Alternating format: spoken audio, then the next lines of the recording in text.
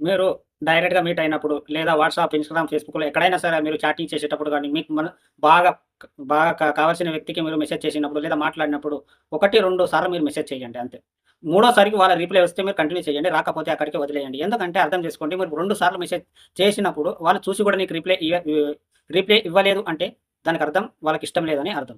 So, ఒకవేళ busy చూసి కూడా సైలెంట్‌గా ఉన్నారంటే అక్కడికి ఆపేయండి. వాళ్ళు ఫ్రీగా ఉన్నప్పుడు మళ్ళీ చేస్తే కంటిన్యూ చేయండి. బట్ మీరు పదే పదే మెసేజ్ చేయడం వల్ల వాళ్ళకిష్టం లేదని మీరు బలవంతంగా లేదా ఫోర్స్‌గా ఇబ్బందిగా పెడుతున్నారని ఫీల్ అవుతారు. ఇక్కడ ఇబ్బంది పెట్టి మాట్లాడిపించుకుంటే అది బాలేకుంటది. ఎందుకంటే మీరు మనసు నుంచి ఏదైతే మాట్లాడుతారో ఆ కనెక్షన్ వేరేగుంటది. ఆ బాండింగే వేరేగుంటది. సో, ఎక్కడ కూడా మీరు ఎవరికీ ఇబ్బంది పెట్టే విషయాలు గాని, మాటలు గాని మీరు ఎక్కువ మాట్లాడు ఇట్లా రిక్వెస్ట్ చేయడమే గాని వద్దు.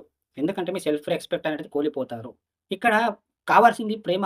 ఆ ప్రేమ ఎలా ఉంటదంటే మీరు ప్రేమతో మాట్లాడినప్పుడు మనసు నుంచి మాట్లాడినప్పుడు ఆ మనసు నుంచి మాట్లాడినప్పుడు ఆ కనెక్షన్ ఎట్లుంటదంటే చెప్పలేనంత బావుంటది. సో, ఫోర్స్‌గా మాట్లాడినప్పుడు నువ్వెంత మాట్లాడినా సరే వాళ్ళు విననప్పుడు నువ్వు